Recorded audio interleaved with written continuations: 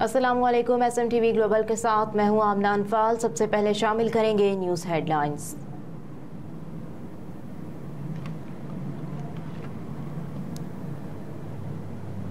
फैज़ाबाद धरना नजरसानी केस, अदालत ने फरीकेन से तहरीरी जवाब तलब कर लिया। सुप्रीम कोर्ट में फैज़ाबाद में तहरीके लब्बैक पाकिस्तान के 2017 के धरने से मुतालिक फैसले के खिलाफ नजरसानी की दरखास्तों पर समाअत के दौरान वफाकी हुकूमत, तहरीके इंसाफ और इलेक्शन कमीशन ने भी अपनी अपनी दरखास्त वापस ले ली। चीफ जस्टिस काजी फाइज ईसा की सरबराही में जस्टिस अमीनुद्दीन खान और जस्टिस अतर मैनुल्लाह पर मुश्तमिल 3 रुकनी बेंच ने केस की समाअत की। समाअत के आगाज पर चीफ जस्टिस ने कहा कि शेख रशीद के वकील वजीर बन गए हैं तो अपना मुतबादिल मुकर्रर करके जाएं।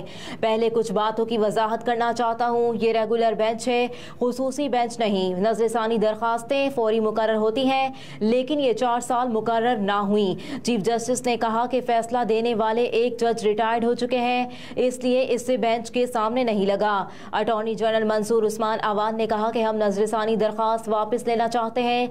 चीफ जस्टिस काजी फाइज ईसा ने इस्तफसार किया कि आप दरखास्त क्यों वापस ले रहे हैं, कोई वजह है? अटॉर्नी जनरल ने जवाब दिया कि कोई खास वजह नहीं है, सिर्फ नजरसानी दरखास्त वापस लेना चाहते हैं। अटॉर्नी जनरल ने कहा कि विफाक इस केस में दिफा नहीं करना चाहता। चीफ जस्टिस ने अटॉर्नी जनरल से मुकालमा किया कि अब क्यों वापस लेना चाहते हैं। पहले कहा गया कि फैसले में गलतियां हैं, अब वापस लेने की वजूहात तो बताएं। अटॉर्नी जनरल ने मौक़िफ़ अपनाया कि नजरसानी अपील जब दायर की गई उस वक्त हुकूमत और थी। चीफ जस्टिस ने कहा आपने तहरीरी दरखास्त क्यों दायर नहीं की, मैं अपना बयान दे रहा हूँ। वकील पैमरा हाफिज एहसान ने कहा कि मैं भी अपनी नजरसानी अपील वापस ले रहा हूँ। चीफ जस्टिस ने कहा कि किसकी हिदायत पर वापस ले रहे हैं, यूट्यूब चैनल्स पर तबसरे किए जाते हैं। दौरान समाअत PTI ने भी दरखास्त वापस लेने की इस्तदा कर दी। वकील PTI अली जफर ने कहा हम PTI की दरखास्त की पैरवी नहीं करना चाहते। चीफ जस्टिस ने कहा कि क्या आपको दरखास्त वापस लेने का इख्तियार है? अगर आप फरीक बनना चाहते हैं तो अदालत आपको इजाज़त देगी। बैरिस्टर अली जफर ने कहा कि नहीं, हम इस केस में फरीक नहीं बनना चाहते।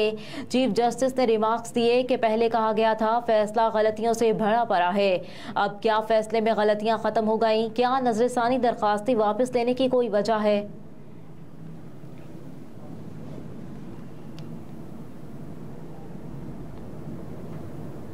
सेनेट की कायमा कमेटी बराए दाखिला ने क्रिमिनल लॉ तरमीमी बिल 2023 मंजूर कर लिया। सेनेटर मोहसिन अजीज की ज़ेर सदारत सेनेट की कायमा कमेटी बराए दाखिला का इजलास हुआ। इजलास में सेनेटर समीना मुमताज़ ज़हरा ने क्रिमिनल लॉ तरमीमी बिल 2023 मंजूरी के लिए पेश किया, जिसे मुत्तफ़िका तौर पर मंजूर कर लिया गया। बिल की मंजूरी से जिनसी ज़्यादती के शिकार अफराद का निजी अस्पताल में इलाज मुमकिन होगा। जिनसी ज़्यादती के शिकार लोगों को इब्तदाई तिबी इमदाद प्राइवेट अस्पताल देने का पाबंद होगा। जिनसी ज़्यादती के शिकार फर्द को निजी अस्पताल इब्तदाई इमदाद के बाद 24 घंटों के अंदर सरकारी अस्पताल को रेफर करेगा। बिल पर बहस करते हुए सेनेटर मुश्ताक अहमद ने कहा कि उम्र कैद की सजा और सजाए मौत की जगह सरेआम फांसी की जाए। फांसी सरेआम डी चौक में नहीं, जेल में सब कैदियों के सामने दी जाए। इस पर सेनेटर शरी रहमान ने कहा कि सरेआम फांसी से बर्बरियत होगी। जिन मुआशरों में ऐसी सरेआम फांसी हुई है वहां भी जराइम में कमी नहीं आई। सुप्रीम कोर्ट ने सरकारी अफसरान के लिए साहिब का लफ्ज इस्तेमाल करने से रोक दिया। सुप्रीम कोर्ट में जमीन के मुआवजे की केस की समाअत हुई। चीफ जस्टिस ने एडिशनल एडवोकेट जनरल पंजाब और सरकारी अफसरान पर शदीद बरहमी का इजहार किया। जस्टिस अतर मैनुल्लाह ने कहा कि अदालत ने 1 साल कबल हुक्म जारी किया था, 1 साल बाद बताया जा रहा है कि मुआवजे की अदायगी का अमल जारी है। चीफ जस्टिस पाकिस्तान ने रिमार्क्स दिए कि हमें और आपको आवाम की जेबों से तनख्वाहें मिलती हैं, हमारी कारकर्दगी सिफर है। डाकुओं और रियासत में कोई तो फर्क होना चाहिए। अदालतों के साथ शफाफ रवैया होना चाहिए। निज़ाम इंसाफ से मजाक का सिलसिला बंद होना चाहिए।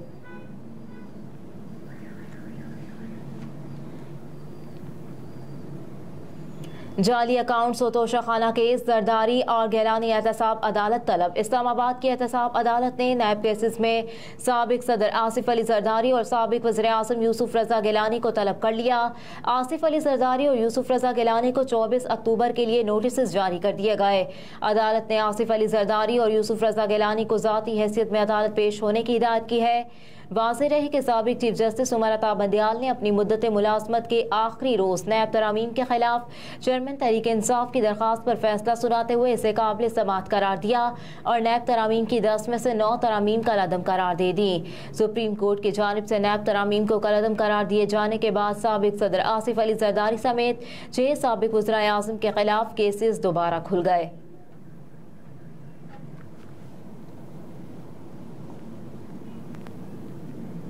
निगरान वज़ीर आज़म की रोज़ा रसूल सल्लल्लाहु अलैहि वसल्लम पर हाज़री दुरूद व सलाम पेश नवाफिल अदा किए। इस मौके पर नबी करीम सल्लल्लाहु अलैहि वसल्लम के हुज़ूर दुरूद व सलाम पेश किया और मुल्क व कौम की तरक्की और खुशहाली के लिए खुसूसी दुआ की गई।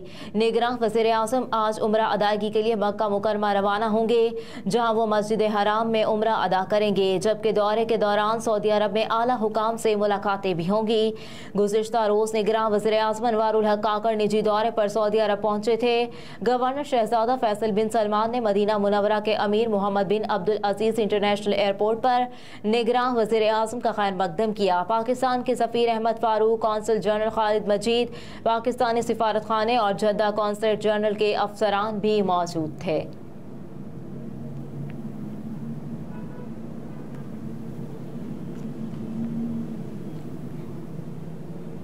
साबिक वज़ीर आज़म शहबाज शरीफ लंदन से वापस लाहौर पहुंच गए। शहबाज शरीफ हाल ही में 2 मरतबा लंदन गए, जहां उन्होंने नवाज शरीफ से मुलाकात की। इस मुलाकात में मुल्क की सियासी सूरत हाल और नवाज शरीफ की पाकिस्तान वापसी से मुतालिक गुफ्तगू की गई। लंदन में मीडिया से गुफ्तगू करते हुए शहबाज शरीफ ने कहा था कि नवाज शरीफ की 21 अक्टूबर को वतन वापसी का प्रोग्राम फाइनल है।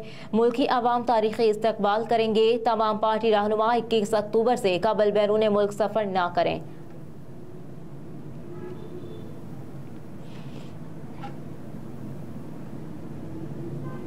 वज़ीर आला पंजाब की माल रोड को के गेट से पार्क रोड बनाने की मंजूरी। निगरान वज़ीर आला पंजाब की ज़ेर सदारत इजलास में फैसला किया गया कि सूबाई दारुल हुकूमत लाहौर की मरकजी शाहराह माल रोड को डस्ट फ्री मॉडल रोड बनाया जाएगा। माल रोड के अतराफ और ग्रीन बेल्ट में घास लगाए जाने के अलावा दरख्तों की तादाद में भी इजाफा किया जाएगा। इजलास में फैसला किया गया कि शहर में बारिश के पानी को महफूज रखने के लिए नए वाटर टैंक्स बनाए जाएंगे। ताजरों की मुशावरत से माल रोड पर यकसा और खूबसूरत साइन बोर्ड लगाए जाएंगे। फैसले के मुताबिक माल रोड से तजावुजात का खात्मा करने के अलावा पार्किंग के निज़ाम को बेहतरीन बनाया जाएगा। माल रोड पर सफाई के इंतजाम दुनिया के बेहतरीन शहरों के मयार के मुताबिक होंगे। निगरान वज़ीर आला पंजाब मोहसिन नकवी ने माल रोड को डस्ट फ्री मॉडल रोड बनाने के हवाले से चंद रोज में हतमी प्लान तलब कर लिया है। इजलास में सेक्रेटरी वज़ीर आला, डिप्टी कमिश्नर लाहौर, DGP-HA और chief executive officer Lahore waste management company ने शिरकत की।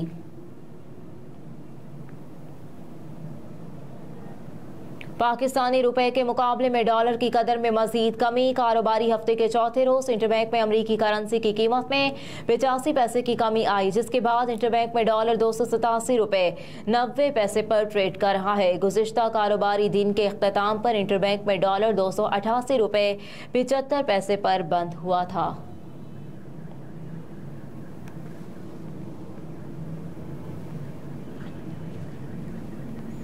इनकम टैक्स गोशवारी जमा कराने की तारीख में तोसी का इम्कान। फेडरल बोर्ड ऑफ रेवेन्यू में गोशवारी जमा कराने की तारीख में तोसी के लिए 2 तजावीज़ हैं, जिसमें 15 और 30 दिन की तोसी की तजावीज़ दी गई है। ताहम इसका हतमी ऐलान वज़ीर ख़जाना की मंजूरी से होगा। इनकम टैक्स गोशवारी जमा कराने की आखिरी तारीख 30 सितंबर है। फेडरल बोर्ड ऑफ रेवेन्यू ने जुलाई में ऐलान किया था कि इनकम टैक्स गोशवारी जमा कराने का अमल 3 जुलाई से शुरू है और टैक्स गोशवारी जमा कराने की आखिरी तारीख 30 सितंबर मुकर्रर की गई है।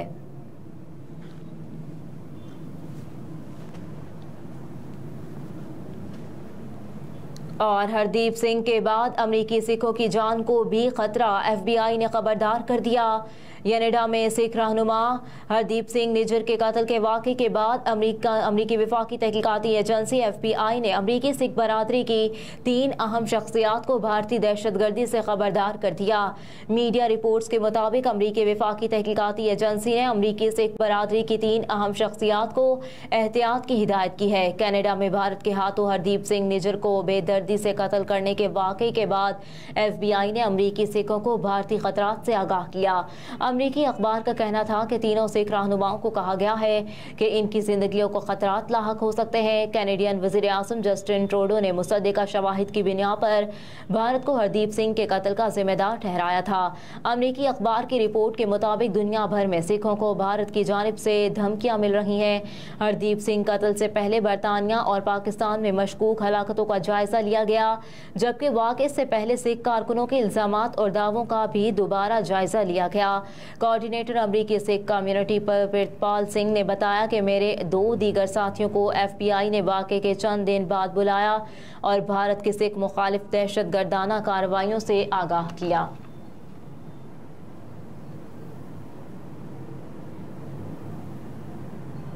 हेडलाइंस आप जान चुके। न्यूज़ स्टूडियो से फिलवक्त इतना ही। आप देखते रहिए SMTV ग्लोबल।